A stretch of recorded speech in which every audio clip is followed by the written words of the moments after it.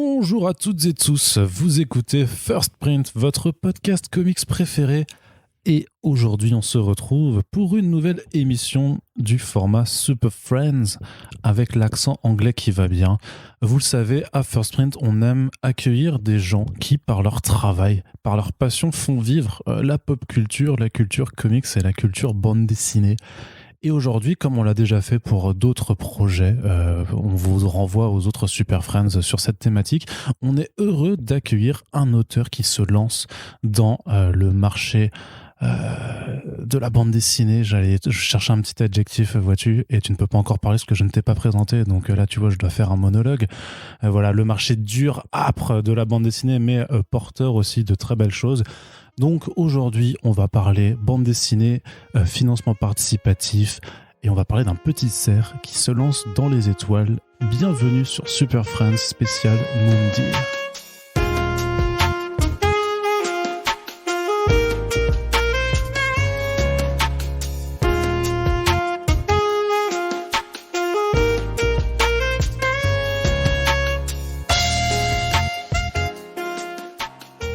Et après cette intro incroyablement préparée, Johan Cavège, bienvenue. Merci Arnaud. Johan, tu t'appelles Johan déjà, donc ça c'est déjà chouette, j'aime bien ce prénom. Tu es auteur de bande dessinée et on est là aujourd'hui, on te reçoit dans First Print pour parler de Moondir. Alors avant toute chose, on va faire la blague tout de suite.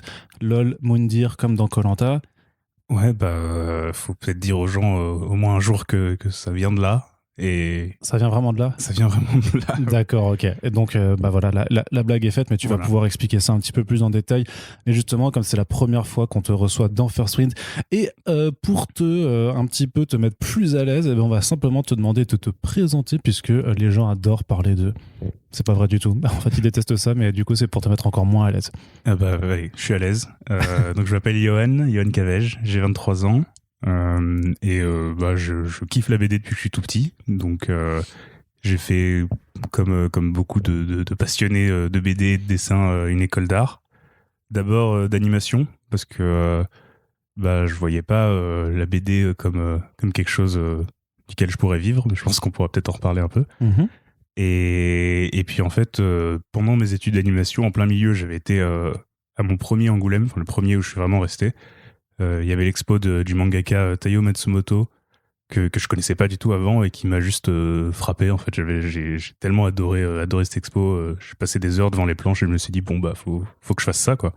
Et du coup, j'ai mis l'animation de côté et j'ai commencé à refaire des planches parce que j'en faisais tout le temps quand j'étais gamin, même au collège et au lycée. Mais là, pendant mes études d'animation, j'avais pas fait de BD du tout. Et je me suis mis à refaire plein de planches, plein de petites histoires courtes. J'ai fait une petite année d'études de BD à Paris. Et voilà, juste à la sortie de l'année, une année difficile parce que grève et Covid, donc voilà, c'était surtout une année chez soi, mais ça entraîne bien la BD. Et voilà, juste à la sortie, j'avais préparé Moondir, qui était un projet qui traînait depuis longtemps dans ma tête. Et puis après, grâce à Sullivan Rouault, et puis grâce à Bubble, Moondir, voilà, ça va devenir mon premier gros projet de BD et je suis super content. Ok, très bien. Merci à toutes de nous avoir écoutés et puis à la semaine prochaine pour un prochain. Je déconne, bien entendu. Ça, on a fait qu'à peine effleurer le sujet. Justement, une première question. Quelle différence un petit peu tu vois justement entre l'animation, le dessin d'animation et le dessin de bande dessinée? Alors, comment t'approches les choses, toi, vu que t'as cette expérience sur les deux supports? Finalement, comme j'ai surtout fait des études d'animation mais pas beaucoup de travail en studio, il y a quelque chose d'assez similaire. En tout cas, je sens que j'ai des réflexes d'animation qui sont restés dans la BD. Parce qu'en animation, quand on se met à bosser, très vite, on se spécialise. On va faire soit que de l'animation, soit que du décor. En BD, moi, ce que j'ai découvert, voilà, c'est ce truc où il faut être, entre guillemets, bon partout. Il faut gérer le cadrage, le scénar, les persos, les décors. Donc, il y a tout ça qui était... qui venait un peu de l'animation parce que j'avais pu faire des petits films tout seul, mais que j'ai vraiment dû perfectionner en BD quoi, parce que je pouvais pas tricher, surtout pour une première BD comme ça qui était assez figurative, où il y avait de l'aventure, de la baston, des choses comme ça, il y avait pas moyen de tricher quoi. Justement, moi, je me rappelle parce que en fait, je te connaissais avant que tu ne rejoignes en fait justement ce projet, puisque voilà pour celles et ceux qui ne le savent pas et qui nous écoutent depuis peu, je travaille donc moi je suis rédacteur en chef sur Comicsblog. Comicsblog appartient à Bubble depuis octobre 2020. Et donc, vu que je travaille avec eux, avec cette équipe aussi, c'est vrai que le projet d'édition de bande dessinée m'avait été communiqué il y a déjà quelques mois. Et puis, au détour d'une conversation, donc Nicolas de Bubble me dit oui, là on a un projet qu'on va lancer ce printemps prochain. C'est par un auteur qui s'appelle Johan Cavej. Et là, moi, je fais quoi, Johan? Mais je connais ce Johan Cavej, puisque en effet, je t'avais remarqué avec un court métrage d'animation qui s'appelle Batman Down, que tu avais fait il y a 2 ans maintenant, je crois, et que un peu plus, ouais. mais un peu plus, mais en tout cas que j'avais partagé à l'époque avec un petit article sur Comicsblog, puisque voilà, moi c'était vraiment sur ce côté-là de l'animation, donc ça me faisait plaisir de savoir qu'on allait pouvoir t'accompagner. Alors, enfin, je dis surtout Bubble, puisque du coup, moi, je fais juste des petits communiqués de presse à côté pour filer un coup de main, quoi. Mais reparlons de toi. Justement, donc je disais pour évacuer la blague tout de suite que Moundir, ça venait effectivement de Moundir de Koh-Lanta. Donc, est-ce que tu peux un peu développer comment ce projet est arrivé dans ta tête avant de se matérialiser, puisque ça fait quelques années que tu l'avais en préparation? Ouais, je disais beaucoup que le projet existe depuis 2016. Pas évidemment dans la forme qu'il a aujourd'hui. En fait, en 2016, quand j'étais encore en études d'art, ma toute première année d'art, je découvrais aussi Möbius par la même occasion. Donc, moi qui aimais déjà la SF, découvrir Möbius sur le tard comme ça m'a fait un sacré effet. Et je savais que je voulais faire du coup quelque chose de spatial et d'un peu étrange, un peu contemplatif. J'avais envie de me remettre à faire des planches, mais j'avais juste aucun sujet, quoi. Et vraiment, je crois que ça devait être à la cantine de l'école, tu vois, un truc assez débile où des gens parlaient de Koh-Lanta à côté et on parlait de Moundir. Et moi, direct, j'ai entendu Moundir, c'est de la Lune, et je me suis dit, ouais, il y a un truc, quoi, le perso, il se dessine tout seul. Et du coup, pendant cette année, j'ai fait quelques pages, vraiment genre 6 ou 7, mais qui ont marqué le fondement de ce que c'est, parce qu'il y a même des pages et des cases qui se retrouvent dans la version finale, pas que j'ai redessiné bien sûr, mais des idées de découpage que j'ai gardées. Et il y avait déjà quelque chose qui était là, le design était là, il est venu très vite, et la fin aussi était venue dès le début. Donc, et après j'ai fait mes études d'animation, mais je savais que j'aimais beaucoup ce personnage, et j'essayais dès que j'avais l'occasion de continuer à le développer, donc justement dans des travaux d'animation à l'école. Pour moi, à côté, dès que je faisais un dessin ou une illustration, j'essayais de toujours le glisser quelque part. Et au fur et à mesure, il y avait des petites idées qui se greffaient. Le personnage qui sera la grande méchante de la BD est venu beaucoup plus tard, mais pareil, juste au détour d'un croquis, et je me disais, ça c'est super, c'est à rajouter dedans. Et tout s'est concrétisé du coup pendant ma dernière année d'études, qui était cette année de bande dessinée, où il me manquait juste le lien en fait de tout ça. Et c'est là que j'ai eu cette idée de l'œuf à protéger, et où du coup il y avait cette dynamique, voilà, de Moundir qui protège l'œuf, la méchante qui le poursuit, et comment tout ça va amener à la fin du livre. Donc si je refais bien si je retrace bien les choses, c'est-à-dire qu'il n'y avait pas de méchant forcément au départ, alors. Ou alors tu savais qu'il y aura un antagoniste forcément, parce qu'il faut généralement un antagoniste, mais tu savais pas forcément à quoi ça ressemblait alors? Non, vraiment pas. En fait, j'avais vraiment cette idée de l'image, voilà, qu'on vend aujourd'hui, quoi, qui est ce petit cerf qui traverse l'espace et qui traverse des planètes assez étranges et assez hostiles. Mais je savais pas encore qu'est-ce qui allait motiver tout ça. Je savais où je voulais qu'il arrive, mais il me fallait quelque chose pour rythmer l'histoire. Et beaucoup de choses, même l'univers a changé, parce que j'aimais beaucoup, par exemple, avoir Moundir face à des monstres terrifiants, garder ce côté contraste entre un univers très réaliste et très terrifiant, et avoir ce petit Moundir au milieu qui se baladait. Mais voilà, ça a mis du temps à se concrétiser.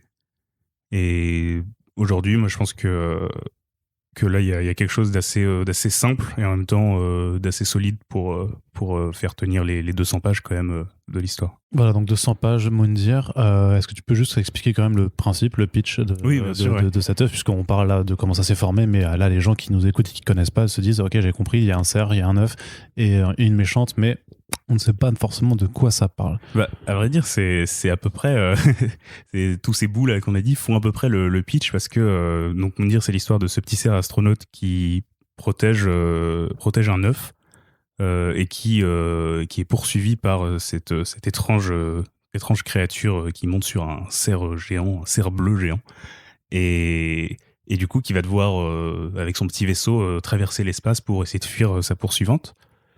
Et à vrai dire, c'est à peu près tout ce qu'on peut en dire, parce que l'idée avec le scénario, c'est qu'on arrive dedans sans aucun contexte pour vraiment faire le début. Enfin, on voit vraiment Moundir qui se crache et qui regarde si l'œuf va bien et puis qui reprend sa course.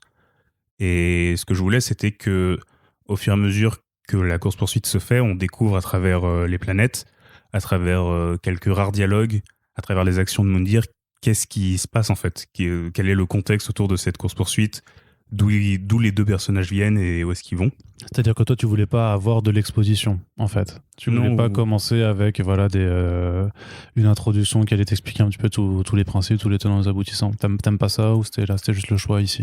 Je pense que c'était juste aussi pour garder vraiment ce contraste entre un pitch tout simple et développer une histoire vraiment dans le background jusqu'à ce que tout se concrétise à la fin. Je pense qu'il y a aussi une partie de cette narration qui venait des jeux vidéo, de certains jeux vidéo, que ce soit les jeux que tu connais bien comme les Dark Souls ou un jeu qui s'appelle Hyper Light Drifter. Et c'est des jeux qui racontent une grosse partie de leur histoire par leur décor. Et je me disais, ce serait quelque chose de super intéressant à mettre en BD. Et je pense que ce qui a motivé ça aussi, c'est qu'au début, la BD n'était pas forcément muette, en tout cas quasi muette comme elle l'est aujourd'hui. Mais je me suis rendu compte que donner une voix à Moundir marchait pas forcément. J'essayais de trouver peut-être une dynamique de duo, avoir un ordinateur dans le vaisseau qui lui parlait. Ouais, un sidekick. Ouais. C'est ça, un sidekick rigolo. Mais je sais pas, ça marchait pas. Et du coup, je me suis dit qu'il fallait assumer à fond cette idée du silence, cette idée d'un personnage qui parle pas, et même pour que ce soit vraiment intéressant, lier ça à l'histoire. Parce qu'il y a un élément qui est dans le pitch, mais on apprend ça vraiment au fur et à mesure dans l'histoire, c'est que l'univers dans lequel ça se déroule, on le sait, a été frappé par quelque chose qui s'appelle le grand silence. Mais on sait pas exactement ce que c'est. On comprend que c'est un fléau, mais on sait pas d'où il vient, si c'est quelque chose de naturel, si c'est quelque chose qui a été créé par quelqu'un ou quelque chose. Et donc c'est un des mystères qui s'ajoute à qu'est-ce qu'il y a dans l'œuf, est-ce que Moundir va s'en sortir, où est-ce qu'il se dirige, et encore une fois d'où il vient. Donc voilà. Ok. Et c'est un défi alors de faire 190 pages sans presque aucun dialogue, puisqu'il faut que tu puisses raconter. Parce que l'avantage du dialogue, ou même des cases de narration, c'est que tu peux facilement expliquer en 2-3 termes des choses, alors que là, il va falloir que tu passes absolument tout par le dessin, toute l'information par le dessin. Ouais, à part encore une fois, 2-3 lignes de dialogue qui viennent vraiment exprimer ce que je pouvais pas montrer. C'était un vrai défi. Déjà, au niveau, je pense que le nombre de pages est lié à ça. Il y a évidemment quelque chose à raconter dans chaque page. J'ai pas étendu artificiellement la durée du livre, mais c'est vrai que parfois quelque chose qui pourrait être expliqué en une ligne de dialogue doit être développé sur une page. Le défi, il était aussi, c'est quelque chose qui était assez intéressant. Il était aussi sur même l'univers visuel. Je sais que pour des grands amateurs, des grandes amatrices de SF, il y a certains éléments qui vont paraître assez étranges. Le fait que ce soit un petit cerf apparemment alien, mais que son vaisseau a l'air très simple, quoi. Il a vraiment un petit volant. Et c'est en fait tous les éléments de design, comme je pouvais pas les expliquer et que je pouvais pas non plus rallonger la durée des pages, développer un univers très compliqué, très alien. Tu peux pas faire du high concept si t'as pas des outils qui te permettent d'expliquer les concepts. Ouais, c'est ça. Il fallait qu'en fait tout soit très clair visuellement et que le livre repose sur des images très parlantes, quoi. C'est pour ça que l'œuf, pareil, est tout simple. C'est juste un œuf. J'ai pas essayé de lui donner un design très compliqué parce que je voulais déjà que le livre ait une portée grand public. Parce que ça a l'air d'être un livre jeunesse, c'en est pas forcément un, mais je voulais quand même que tout le monde puisse au moins comprendre une partie de l'histoire et être diverti. Mais voilà, il y avait cette idée de rendre le livre aussi accessible par ses designs, quoi. Et parce que c'est vrai que dès l'ouverture du premier chapitre, il y a quand même cette scène assez étonnante où Moundir se livre à des rites kabbalistiques en sacrifiant des nourrissons. Donc effectivement, on se dit d'accord, que c'est pas ce que je m'attendais. Bien sûr, c'était une blague. Il n'y a pas de rite kabbalistique et de sacrifice de nourrissons dans Moundir. Non, je me permettrai pas de spoiler ta BD alors qu'en plus elle n'est pas encore sortie, hein, puisque ça paraîtra plus tard. Parce que là, on est sur un podcast de présentation de ton projet aussi, pour accompagner le fait que voilà que tu lances cette BD dans un financement participatif. Mais avant d'aborder ce point particulier, justement, j'ai envie de te dire, avant d'arriver chez Bubble, tu avais démarché ta BD un petit peu ailleurs, tu l'as proposé à d'autres. Comment ça s'est un peu manifesté tout ça? J'ai découvert du coup à la fin de mes études le monde de la BD par d'abord cet aspect-là. J'ai recherché un éditeur. Et c'était quelque chose d'assez intéressant déjà de faire le dossier. Il faut savoir que moi, pendant le premier confinement, j'avais fait tout le storyboard dans une première version qui a été retravaillée depuis. Mais je savais que, encore une fois, comme j'ai dit, le projet est très dur à vendre et que du coup, si on n'avait pas l'histoire dans son ensemble, l'éditeur pourrait prendre le projet pour quelque chose qu'il n'est pas. Et du coup, en fait, ça, c'était à la fois une force et une faiblesse parce que voilà, envoyer 200 pages à un éditeur, parfois, il n'a pas le temps de lire ça. Le projet par sa nature, le fait que ce soit une BD quasiment muette, que ce soit de la science-fiction, que ce soit d'apparence jeunesse, mais pas vraiment, évidemment, était quelque chose de très très dur à vendre. Donc beaucoup d'éditeurs disaient que ça ne rentrait pas dans leur ligne éditoriale, ou me réorienter vers des éditeurs qui faisaient de la science-fiction, mais qui ne voulaient pas avoir un atour jeunesse. Donc voilà, c'est vrai que toi, tu as pris toutes les cases, difficulté plus 10, et tu les as cochées une à une. Et puis tu peux rajouter à ça aussi le fait que je pense que ça, c'est quelque chose qui est lié à ma génération, mais moi, j'ai grandi avec du comics, du manga et du franco-belge, de l'animation, très influencé par du cinéma aussi, et que du coup, il y a plein d'influences dedans qui, je pense, ne bouffent pas la BD, mais voilà, c'était aussi quelque chose, c'était très dur à mettre dans une case, je pense. C'est aussi la force du projet, je trouve que il a quelque chose d'assez évident et d'assez unique, j'espère quand même. Mais voilà, c'était très dur à vendre. En plus le contexte faisait que la librairie avait été fermée. Ça t'a mis aussi, vas-y. Oui, j'ai vraiment monté tous les curseurs de difficulté. Alors j'ai proposé ma BD dans un contexte de pandémie quand tout le monde est fermé. Voilà, non, je l'ai envoyé vraiment. Il y avait des éditeurs qui étaient tout simplement fermés et je l'ai envoyé au moment aussi où la plupart des plannings BD avaient été complètement décalés. Donc c'est que les éditeurs avaient beaucoup moins besoin de projets, que c'était plus difficile, je pense, de faire confiance à un jeune auteur qui avait encore pas édité. Donc voilà, mais finalement le projet va exister, donc c'est cool et j'ai pas eu à faire de compromis là-dessus. Ça, c'est ça qui est chouette, c'est que j'ai pu même, à vrai dire, même en parlant avec Sullivan aussi qui me conseillait sur le projet, j'ai pu pousser les curseurs à fond, donc vraiment pas atténuer l'histoire et ce que je voulais en faire. Donc ça c'est chouette. Sur la question du storyboard, comment on fait un bon storyboard ? Alors déjà, moi je l'ai fait d'une manière assez particulière que je regrette un peu aujourd'hui. Ce que j'ai fait, c'est que j'ai d'abord écrit un script. Je racontais les événements en prose. Et après, je me suis dit, ce que je vais faire, c'est que je vais imaginer à peu près ce que ça fait page par page. Et du coup, vraiment, à la fin de chaque phrase, quasiment, j'allais à la ligne et je me disais, une ligne, ce sera à peu près une page. Et du coup, j'ai commencé à dessiner comme ça, sur un format A5, c'est-à-dire un format tout petit. Parce que, encore une fois, voilà, moi, je savais pas du tout si le projet trouverait un éditeur. Et comme je connaissais rien au monde de l'édition, je savais pas si un éditeur t'impose un format. Je me disais, il faut que le projet puisse rentrer dans une collection au cas où. Et j'ai eu ce réflexe de me dire, si je le fais le plus petit possible, ça veut dire que, voilà, en grand, ce sera agréable à lire, mais en petit aussi. Et du coup, voilà, sur un espèce de tout petit carnet un peu crado, j'ai fait tout le storyboard. Et maintenant, qu'est-ce qui fait un bon storyboard ? Je pense que c'était le rythme. En tout cas, c'est vraiment, moi, ce qui est le plus important, c'est la partie où je gère le rythme, où j'ai dû faire sauter parfois des passages entiers. Parce que pour une histoire, encore une fois, muette comme ça, mais assez longue, il fallait toujours accrocher le lecteur. Donc, l'avantage du storyboard, c'est qu'on peut pas trop détailler non plus. Donc ça me permettait de pas avoir, par exemple, de pas me perdre sur une planète où j'aimais bien les designs et du coup de de me perdre en dessin, de faire 6 pages de contemplation parce que c'était agréable à dessiner. Non, je devais quand même aller à l'essentiel. Même si du coup, puisqu'on était en plein confinement et que plein confinement parfois on s'ennuie un peu, j'ai poussé le storyboard plus que d'autres le pousseraient habituellement, je pense. Et ce qui fait qu'aujourd'hui, le storyboard me sert aussi de crayonné. Donc je dessine directement par-dessus. Enfin, j'agrandis les pages et je dessine directement par-dessus. Et du coup, ça, c'est quelque chose d'assez particulier parce que je suis entre l'ancrage, donc quelque chose d'assez reposant où il suffit de repasser, et quand même le dessin met directement au trait fini. Donc, ce qui fait que parfois, je dois effacer beaucoup. Mais ça me permet aussi d'avoir ce côté, voilà, parfois un tout petit peu maladroit, mais qui rend le personnage aussi mignon, aussi rond, quoi. Parce que c'est pas un trait que j'avais avant. Et c'est justement, tu dessines alors en traditionnel ou en numérique? Alors, justement, ouais, j'ai fait mon storyboard au crayon de papier. J'agrandis tout ça par ordinateur. Et après, je dessine au Posca, donc en gros au stylo noir. Pour avoir juste... En fait, j'avais commencé à faire ça à l'ordi. Mais l'ordinateur a cette particularité qui fait on peut zoomer à l'infini.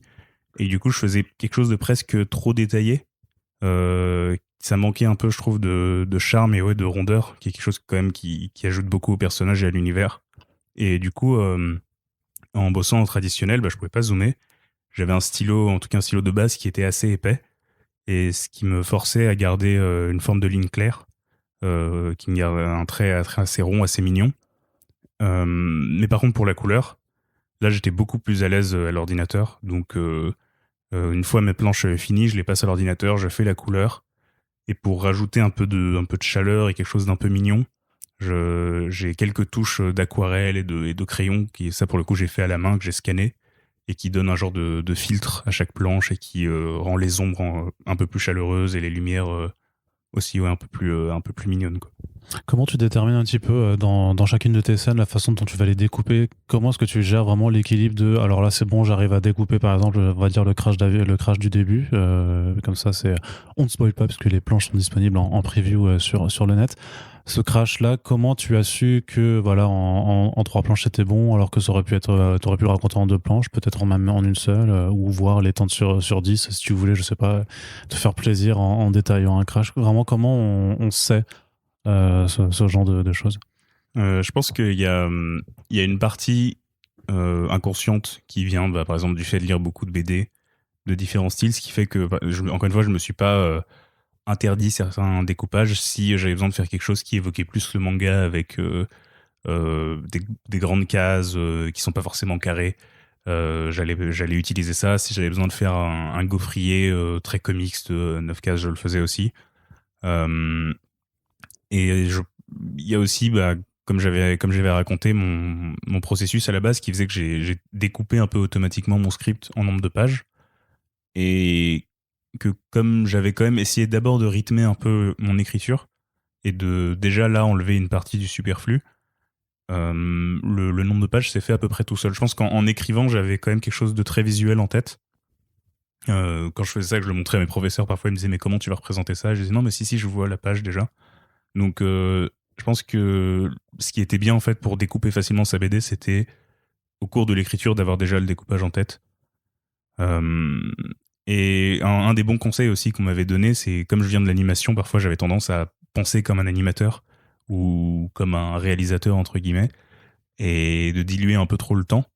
Là où un professeur m'a dit non, si tu fais de la BD, parfois il y a des choses, il faut assumer en fait que entre 2 cases, il y a cette gouttière qui est une ellipse, et de jouer un peu plus là-dessus, ça te fera gagner des pages pour pas que ta première BD fasse 300 pages et que tu t'en sortes pas, quoi.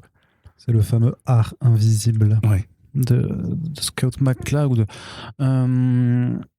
Tes influences. On va parler un peu de tes influences aussi. Donc déjà, d'abord, tes influences artistiques, vraiment au sens strict du terme. C'est quoi tes artistes préférés, que ce soit en franco... Donc on a entendu parler de Möbius par exemple avant, mais voilà, que ce soit dans le comics, dans le manga ou dans le franco-belge, c'est quoi ce qui te marque vraiment aujourd'hui? Je pense que les artistes qui me plaisent le plus, avant même d'être ceux qui m'inspirent, ceux qui me plaisent le plus, ouais, sont pas trop ceux qu'on va retrouver dans la BD. Parce qu'en dessin, moi j'aime beaucoup ce que fait Sergio Topi par exemple. Ce que fait en comics, j'aime beaucoup Bengal. J'aime bien des auteurs français, des autrices français comme Jérémy Moreau, Caris Bernardou ou Timothée Le Boucher. En fait, Ok. j'étais dans une période où j'ai eu le temps de lire beaucoup de BD, où je me suis beaucoup ouvert et du coup j'étais à peu près fasciné par tout. Je disais, en fait, je veux faire ça, puis ça, puis ça. Et ce qui fait que du coup, les auteurs qui m'ont influencé directement pour Moundir sont des auteurs que j'ai découverts assez tard et où je visais, entre guillemets, certaines lectures en me disant ça pourra me servir. Et ça, c'est quelque chose dont j'avais déjà parlé, mais j'ai lu Bone de Jeff Smith, qui est une espèce d'immense pavé de fantasy, avec pareil des petits personnages très ronds et très mignons. C'est vrai qu'il y a on ressent, maintenant que tu l'évoques, il y a une filiation, effectivement. Ouais, bah encore une fois, c'était pas un trait que j'avais avant et Bone m'a vachement libéré là-dessus. Ça m'a dit, tu peux faire de l'épique, tu peux faire quelque chose d'assez grandiose avec quand même des personnages. C'est le moment de te dire que si jamais t'as pas fini toutes tes planches, hein, alors on enregistre ce podcast. Rajoute un ragarou dans une de tes planches. Je peux essayer, mais. Oui, franchement, fais-le. Mais le contexte de l'histoire fait que ça va être assez difficile de rajouter beaucoup de créatures dedans, sans trop en dire. Ouais, mais rajoute un ragarou quand même. Ça, c'est moi qui te le demande. Non, voilà. ça se glisse assez facilement. Et après, ouais, j'avais découvert aussi assez tard un artiste qui s'appelle Tradmoor, qui est un artiste, lui, pour le coup, de comics aussi, qui avait fait pour Marvel Silver Surfer Black. Ouais. Qui, j'ai encore du mal à en parler sans trembler, quoi. Enfin, c'était quelque chose qui m'a vraiment mis une claque, surtout l'édition américaine qui était immense. Et je me suis dit, ouais, en fait, on peut faire ça en action, quoi, aussi, en BD. Et pour le côté voyage, je pense que Möbius est resté quand même. C'était l'influence au tout début. Mais c'est beaucoup des des grandes sagas comme Saga, par Fiona Staples et Brian Kevough. Surtout le trait de Fiona Staples et la variété qu'elle mettait dans toutes ces planètes. Aussi une artiste qui s'appelle Linnea Stert, ou Sterte, je ne saurais même pas comment dire, qui sont voilà deux dessinatrices qui je trouve sont hyper créatives dès qu'elles doivent créer des mondes. Et voilà, je pense que tout ce bagage d'artistes m'ont beaucoup inspiré pour faire Moundir, même si encore une fois, je pense que parfois leur influence elle va juste se ressentir dans une case. J'ai vraiment essayé de faire d'abord ma BD en pilote automatique et ensuite, dès que je bloquais, de me dire comment tel ou une telle se serait débloqué. Et c'est là, je pense que, voilà, même par exemple des auteurs comme Toriyama aussi, qui dans les scènes d'action avaient toujours une bonne idée pour rendre la bagarre marrante, quoi. Et en termes de science-fiction pure et dure, qu'est-ce que t'en consommes beaucoup aussi? T'as regardé, t'as lu beaucoup de SF? J'aime bien la SF en tant que genre. J'aime bien l'espace, en fait. Je pense plus que la SF. Par exemple, je suis moins intéressé par tout ce qui est cyberpunk, même si il y a certaines œuvres que j'aime bien. En BD, je sais que par exemple, il y a un grand pan de la BD que j'ai pas encore lu, c'est la BD SF française. C'est-à-dire que Möbius, je connais visuellement, mais j'ai pas forcément lu toutes ces BD. Et je sais qu'il y a plein de grandes sagas comme Sillage, par exemple, ou même, pour te dire à quel point je connais pas les Métabarons, qui je crois sont quand même de la SF aussi, qui sont des trucs qu'il faut que je lise, mais... Oui, la case des méta... Bon, mais t'as l'Incal aussi, tout simplement, si tu veux. Oui, c'est ça, l'Incal aussi. Et en fait, je sais que, limite, je pense que le plus gros auteur de science-fiction en BD, dont l'influence se ressent, c'est Mathieu Bablet. Je pense pas que son influence se ressent dans les planches, mais je sais que il y a un ton à ces histoires que j'aime beaucoup et ça m'étonnerait pas qu'au moins par certains aspects on puisse trouver une forme de filiation. En tout cas, je sais que moi j'adore lire ses bouquins et que pour l'instant il a fait quand même pas mal de SF, même si Adrasté était un peu différent. Et voilà, je pense que en science-fiction, en BD, ça va d'abord être lui, même si après je pense que mes autres influences seraient plutôt dans le cinéma, que ce soit des gros films de SF comme 2001 ou Interstellar, qui sont des films où il y a au moins, voilà, dès qu'il y a du silence et de l'espace et un tout petit vaisseau qui passe au milieu, moi ça me rend complètement fou, quoi. Même pas Alien? Si, Alien, mais Alien que j'ai découvert assez tard aussi, mais ouais, bah, les 20 premières minutes d'Alien, je pense. Parce qu'il y a un œuf quand même dans l'espace. C'est vrai, mais l'œuf vient pas de là. Je pense que l'œuf vient de nulle part pour le coup. Mais c'est vrai que ouais, non, les 20 premières minutes d'Alien aussi, c'est l'un des trucs les plus fous que j'ai vus, quoi. Ok, et justement, parce que tu mentionnais Mathieu Bablet, c'est quand même une chance, puisqu'il s'occupe de faire de la couverture de l'édition collector de ton bouquin. Justement, est-ce que tu peux un peu nous parler aussi, alors comment ça s'est goupillé comment t'as rejoint Bubble? Moi, je connais un petit peu l'histoire, mais c'est toi qui dois la raconter quand même. Ouais, alors j'ai déjà mentionné son nom plusieurs fois, mais en gros, j'ai d'abord rencontré Sullivan Rouault en 2016, justement, au moment où je venais de créer Moundir. Et quand je l'ai rencontré, je l'avais croisé juste à une convention. Donc à l'époque, il était encore rédac-chef de Comics Blog. Oui, c'est ça. Ouais. En fait, j'étais venu à la convention pour un peu parler aux gens à Comics Blog. Et aussi, c'était la Paris Comics Expo. Ah ouais, celle-là de 2016, ok, ouais. Qui moi, était une super convention. Ouais, elle était ouf. Elle était vraiment pas mal. Et du coup, Comics Blog avait aussi invité Bengal sur le stand. Il y avait Bengal et il y avait Marco Rudy. Marco Rudy, c'est ça. Et du coup, je me suis dit, bon, il faut que. À vrai dire, j'y avais été le premier jour avec des amis et ils n'avaient pas trop apprécié parce que je pense qu'ils étaient plus habitués à d'autres types de conventions. Moins comics, quoi. C'est ça, moins comics. Et en fait, du coup, on est parti super vite et j'étais hyper frustré.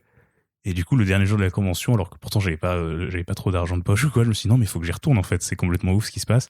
J'y suis retourné, j'ai passé la journée là-bas et j'ai beaucoup traîné autour du stand de Comics Blog. On a pu un peu discuter avec Sullivan et on avait gardé contact de loin. Surtout que t'étais mineur encore à l'époque, du coup. J'étais mineur, j'ai pris le petit bus et tout. Ouais, non, un peu d'argent dans le porte-monnaie de maman. Et ouais, ensuite, du coup, moi j'ai fait ma vie de mon côté.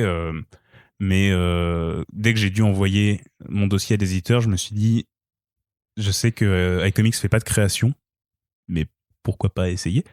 J'ai envoyé ça à Sullivan qui a eu un petit coup de cœur parce que je sais qu'au début, j'ai vu qu'il commençait à me répondre gentiment et puis qu'à un moment il a dû cliquer sur le lien du dossier et qu'il a commencé à vraiment s'emballer et j'étais super content.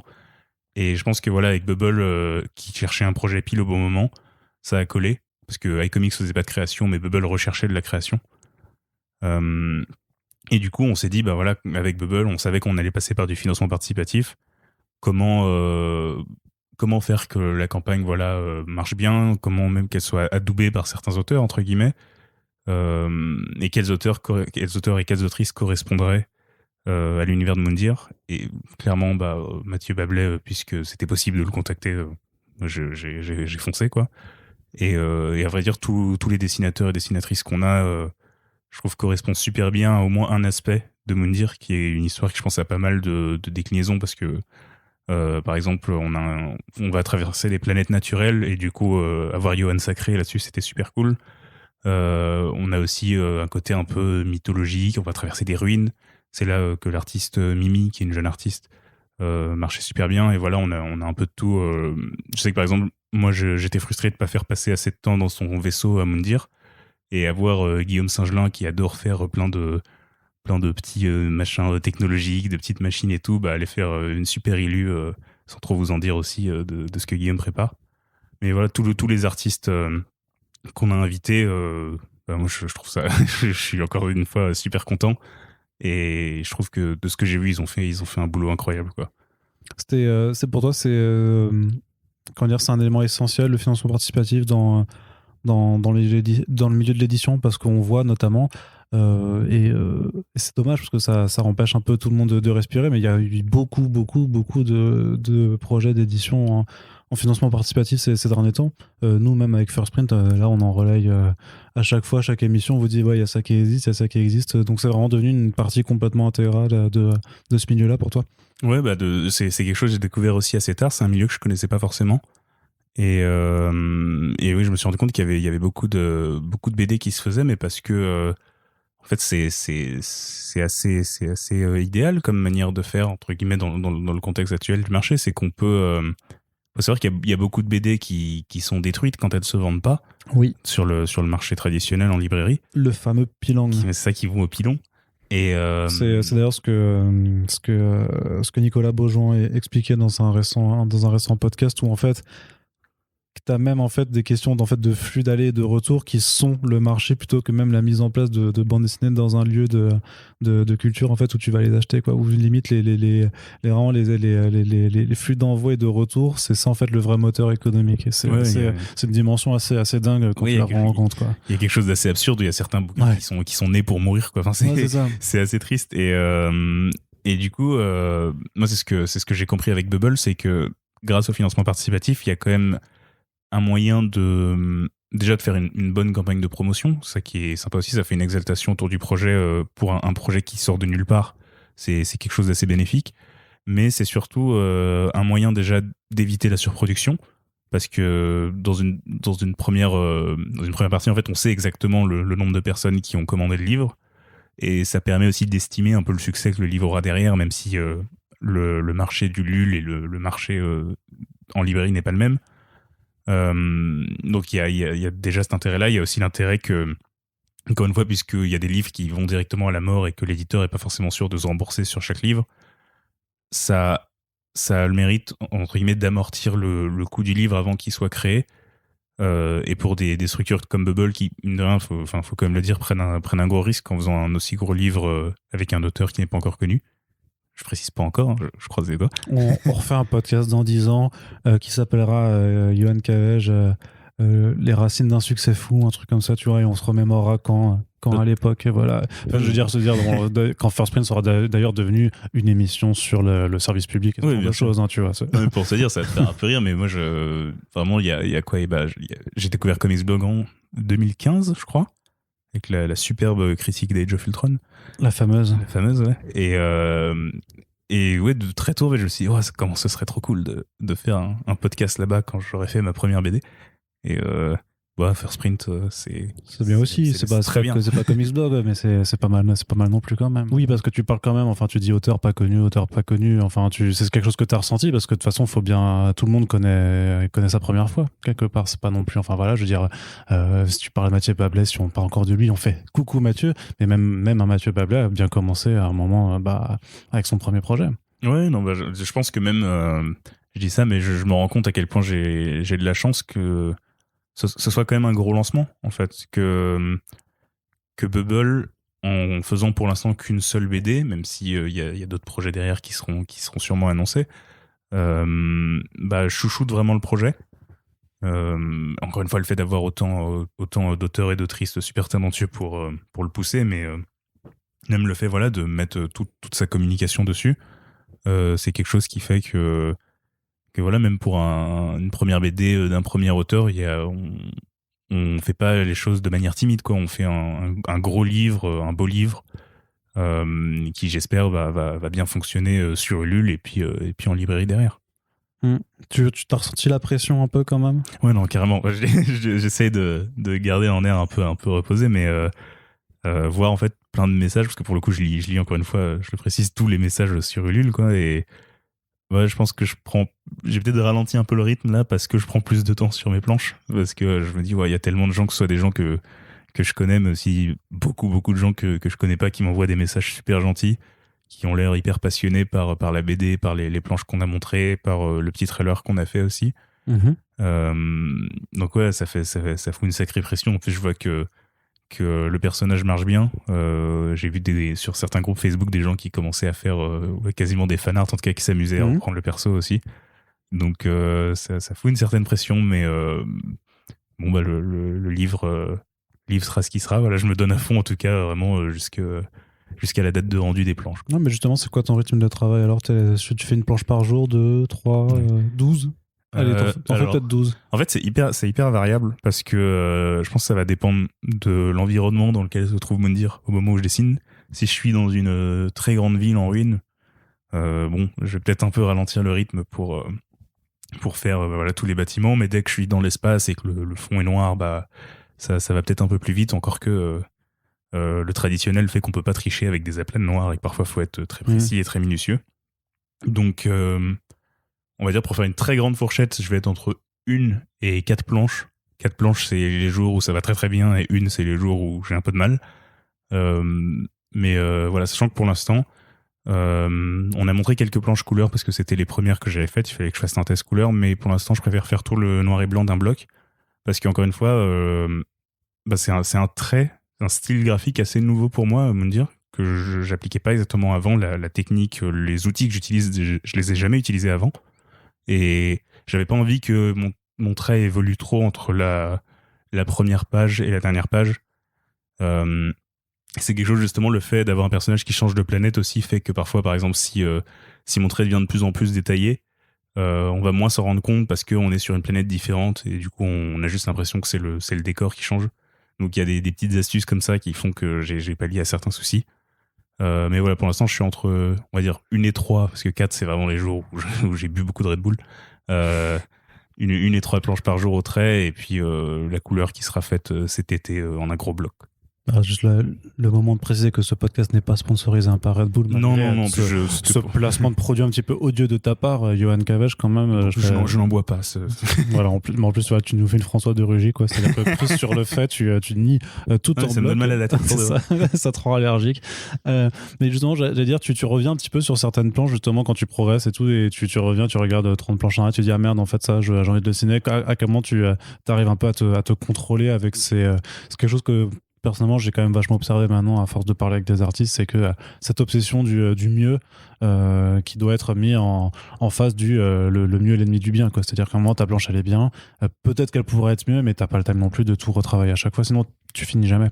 Bah alors au choix, soit j'étais pas si mauvais au début, soit je progresse pas du tout. mais non, mais les premières planches fonctionnent toujours bien.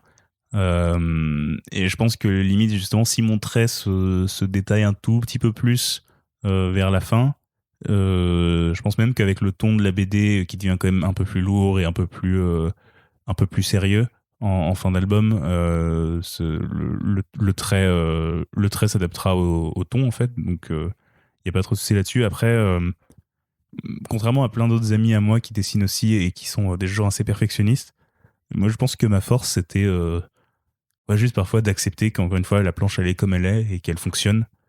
Et du coup là j'ai jamais été aussi attentif aussi appliqué en tout cas sur mon travail, mais je sais quand une planche est finie et qu'il faut passer à autre chose, parce que tout simplement encore une fois c'est pour ça que j'étais venu au tradis, c'est parce que trop détailler la planche lui rend pas forcément service.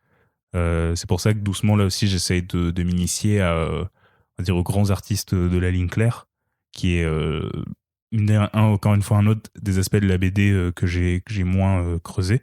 Parce que je disais que j'aimais le franco-belge, mais c'est quelque chose qui est arrivé quand même assez tard. Du coup, je connais plus la scène d'aujourd'hui que les grands classiques, les Franquins, les Hergé, tout ça. Mais en tout cas, là-dedans, il y a plein de leçons, et c'est là où je vois que on peut faire quelque chose de simple et de propre, et qui peut être très joli et qui fonctionne mieux, en fait. Découvrir Alex Toth aussi dans le comics, qui est quelqu'un qui en 3 traits parfois peut te faire un portrait. C'est là où je me dis que il faut savoir juste garder une planche simple et efficace et avancer, même si ça m'arrive de modifier un tout petit truc par-ci par-là, notamment au niveau des designs, quoi. J'ai quand même j'ai pas envie de tricher là-dessus, et dès que je vois qu'un tout petit boulon est pas au bon endroit, il faut que je lui dise non, pour moi je vais quand même corriger ça, même sur les premières planches. C'est marrant parce que tu as tendance à vouloir un petit peu parfois à simplifier un petit peu, alors qu'à côté tu ramènes des mecs comme Singelin ou Bablé qui eux sont des dingues du détail et de ce genre de choses, quoi. Ouais, je pense que là, je sais que Mathieu en ce moment est en train de faire la couverture de la collector, et j'espère qu'il s'amuse, hein. En tout cas je pense à lui tous les jours, parce que il va faire beaucoup de détails. Mais c'était ça aussi que je trouve intéressant, c'est que pour prendre un cas d'école, vraiment la couverture de Mathieu Bablé, qui représente du coup la méchante dans une espèce de grande ville hyper détaillée, je trouve s'oppose parfaitement à la couverture de la version classique, qui est Moundir sur son vaisseau en train de regarder le ciel. Et je trouvais que il y avait déjà entre ces deux couvertures, il y avait un côté un peu miroir, à la fois des opposés, en même temps un certain esprit de contemplation qui était là. Et c'est ça aussi que je voulais, en invitant d'autres artistes, en demandant à Bubble d'inviter d'autres artistes, c'était que des choses que moi j'avais pas pu forcément explorer dans la BD, que j'avais pas pu creuser, comme je l'avais dit avec Guillaume Singelin, mais c'est le cas avec tous les artistes, que eux puissent le creuser, quoi. Et par exemple, même si j'aimerais bien faire une grande cité très très détaillée, on la retrouve dans la BD évidemment, hein, l'environnement sur la couverture collector fait partie de la BD, mais je pouvais pas y passer trop de temps, encore une fois, pour des questions de rythme. On parle quand même d'une histoire de course-poursuite, donc me dire pas forcément le temps de se balader tout le temps. Mais du coup, avoir d'autres artistes qui, eux, ont pris le temps sur une illustration, qui est un médium assez différent aussi. J'ai l'impression que la BD brille beaucoup, parfois par la simplicité, par l'efficacité en tout cas. Alors que sur l'illustration, sur la couverture, c'est là où vraiment on peut y aller, quoi. Moi, parce que j'ai pu voir quand même pas mal de planches. C'est vrai qu'on parlait de Tradmoor un petit peu avant. On ressent l'influence clairement dans certains choix de mise en page, de découpage. C'est souvent quand tu vois que tu es en train de faire quelque chose qui ressemble, on va dire, ou qui est inspiré, tu l'as vraiment de façon consciente. Tu dis, tiens, ce truc-là, je l'ai vu chez un autre, donc je vais essayer de l'appliquer ou de lui rendre hommage, ou c'est quelque chose qui est un petit peu inconscient, et tu t'en aperçois plutôt 3 jours après, quand tu regardes de nouveau ta planche, tu fais, ah merde, là, effectivement, j'ai clairement été sous influence. Moi, je pense à vraiment 3 moments, et quand je dis moments, même 3 cases où je sais que là, j'ai pensé directement à quelqu'un. C'est vraiment ces moments où dont je parlais, où je me dis, bon, là, je suis coincé. Comment un tel ou un tel aurait fait? Je suis content, en vrai, qu'on ressente l'influence Tradmoor parce que je trouve ça vraiment génial ce qu'il fait, mais je l'ai découvert alors que j'avais déjà quasiment fini mon storyboard. Et donc, j'avais envie quand même d'intégrer un peu ce que j'avais appris en lisant ses travaux, mais je trouvais pas l'endroit. Mais c'est vrai que dans certaines, je pense que c'est plutôt dans certaines batailles spatiales qu'en fait je me suis dit ouais, on peut parfois prendre de la distance et avoir et en fait d'avoir quelque chose de super épuré où les vaisseaux, en tout cas les personnages qui se poursuivent dans l'espace sont juste des traits parfois qui s'entremêlent. Ça fait presque plus du motif parfois que du dessin, et du coup j'essaie de contraster ça avec des moments un peu plus classiques, presque Star Wars parfois, tu vois, avec des vaisseaux et des lasers. Et, et du coup, ouais, je dirais pas que je ressens très clairement les influences que j'ai eues. Encore une fois, je sais que j'ai appris les choses en lisant ces bouquins. J'y ai pas pensé consciemment en faisant le livre, mais par contre, ça me ferait très plaisir qu'on ressente ça, quoi, parce que, enfin, pour le coup, j'ai cité que des modèles qui sont des gens que j'admire beaucoup, beaucoup. Justement, en parlant de ces modèles et en fait des auteurs, justement, qui a priori, on parle de personnes qui vivent de la bande dessinée. Toi aussi, c'est ton projet. Tu es un peu au courant de la situation des auteurs en France et du champ de bataille dans lequel tu t'avances, mine de rien. Ouais, alors j'étais. C'est pas pour te décourager ou décourager qui que Non, ce non, soit, mais mais c'est pour savoir un petit peu l'état d'esprit dans lequel on se lance aussi là-dedans, quoi. Parce que j'essaie de rester poli, mais en fait, quand j'ai découvert quand j'ai découvert le marché de la BD alors que j'étais encore que lecteur, je sais pas, moi je trouvais ça hyper motivant parce que je me disais bon bah ça va être difficile, mais je vais y arriver. Ça c'est force d'avoir lu des shonen étant petit. Mais c'est vrai quoi, c'est un milieu compliqué pour dire ça gentiment. J'ai évidemment envie de vivre de la BD. Moi, c'était quand même le but depuis tout petit, et j'aimerais bien m'en donner les moyens. Mais j'ai découvert plein de choses quoi, en rentrant dans ce milieu, que ce soit l'indifférence du ministère de la Culture, le côté complètement aberrant du statut d'artiste-auteur, que la BD en fait a des conditions de production qui demanderait à être rémunéré d'une certaine manière. C'est pas rémunéré comme ça, que ce soit les sommes, mais que ce soit même la manière en fait dont la rémunération fonctionne. Euh, donc voilà, et c'est même pas forcément la faute des éditeurs, en tout cas le marché est compliqué. Je sais qu'il y a beaucoup de surproduction, mais j'ai découvert par exemple assez tard le concept de l'avance de droit, des choses comme ça, et je me dis ouais, c'est peut-être moins pratique que l'époque où par exemple on était payé à la page. Donc voilà, je sais que moi c'est peut-être ce genre de combat aussi dans lequel j'aimerais m'engager un peu quand j'en aurai les épaules. Il y a des associations et des syndicats qui se battent vraiment. Il y a même des associations qui se syndiquent. Ouais, des en ce associations qui moment. se syndiquent, ouais, c'est ça, comme la Ligue des auteurs pro par exemple, qui se battent avec tout ce qu'ils ont quoi, pour que juste ce soit vivable comme milieu. Parce que c'est un Pour l'instant, boulot. ils veulent juste que le statut soit reconnu. C'est juste Ouais. la reconnaissance Oui, d'un non, c'est vrai statut. qu'on en est C'est-à-dire pas encore là, qu'aujourd'hui, être auteur-artiste, c'est pas considéré comme un métier. Ouais, bon bah voilà, enfin on en est encore là alors que moi c'est mon premier taf, et pourtant ouais je compte pas mes heures parce que certes il y a certes tout le côté passion blablabla, mais ça ça reste une excuse pour maltraiter un métier qui pourtant voilà est dans un secteur qui fonctionne bien, qui fait partie de l'exception culturelle française quand même. Enfin on a Angoulême, on est le pays de la BD, tout ça, donc ouais je pensais être prêt. Et j'en découvre tous les jours là-dessus. Donc, Et ça te motive quand même. ouais, en fait, déjà, faut comprendre que je fais ma première BD là. Ça fait peut-être un peu pompeux, je sais pas, mais je suis en train de réaliser le rêve de ma vie à 23 ans, donc. C'est vrai que t'es jeune aussi, c'est vrai que t'es jeune. Ouais, enfin, ça reste pour l'instant vraiment un plaisir. Tu vois, j'ai pas encore cette espèce de routine où j'ai la pression de rendre des planches pour payer mon loyer. Mais c'est quelque chose, voilà, là, ça commence à devenir de plus en plus concret et ça fait un peu peur. Mais bon, déjà là, j'ai le plaisir de faire une BD dans les conditions que je veux, avec un éditeur qui me suit à fond et ouais, qui me donne aucune contrainte. Enfin, je fais une BD de SF où je mets vraiment tout ce que j'aime dedans, quoi. Donc pour l'instant, je me concentre là-dessus, mais je garde en tête que ouais, ça va être un chemin assez compliqué rien que pour vivre de la BD, quoi. C'est-à-dire que quand t'as pas de retour un petit peu notamment pour les planches, à un moment il y a quelque chose qui finalement passe pas ou pas, tu dois corriger certains passages. On a essayé de faire le plus possible en amont, en fait, Ouais. comme mon storyboard était vachement développé. Mm. Toutes les questions de découpage étaient très arrêtées et même c'était assez poussé pour qu'on puisse dès le board dire bon bah là la pose du perso marchera pas, le cadrage marchera pas trop. Donc là ça me permet d'aller quand même assez vite sur les planches et en tout cas de faire des gros paquets de planches que je peux envoyer après à l'éditeur, à Nicolas de Bubble ou à Sullivan qui peuvent me faire des petites remarques, mais là vraiment depuis un bon moment j'ai pas vraiment eu de correction à faire parce qu'encore une fois on s'y est bien pris pour que je puisse travailler dans de bonnes conditions. Mais on a quand même toujours un aller-retour entre moi et Sullivan et moi et Nicolas. Je sais que par exemple, il y a encore hier, je me suis rendu compte que je pouvais faire une page d'une meilleure manière et du coup, je l'ai changé. Et ça, c'est en termes de délai, parce que tu as quand même aussi un délai à rendre. Ouais. Voilà, le bouquin est prévu pour la fin de l'année, novembre. Ouais, pour être transparent, il faut que je le finisse cet été. Cet été, ouais, c'est ça. Donc voilà, donc tout ce que tu fais, même le fait de retravailler, c'est quand même avec une deadline qui est bien arrêtée.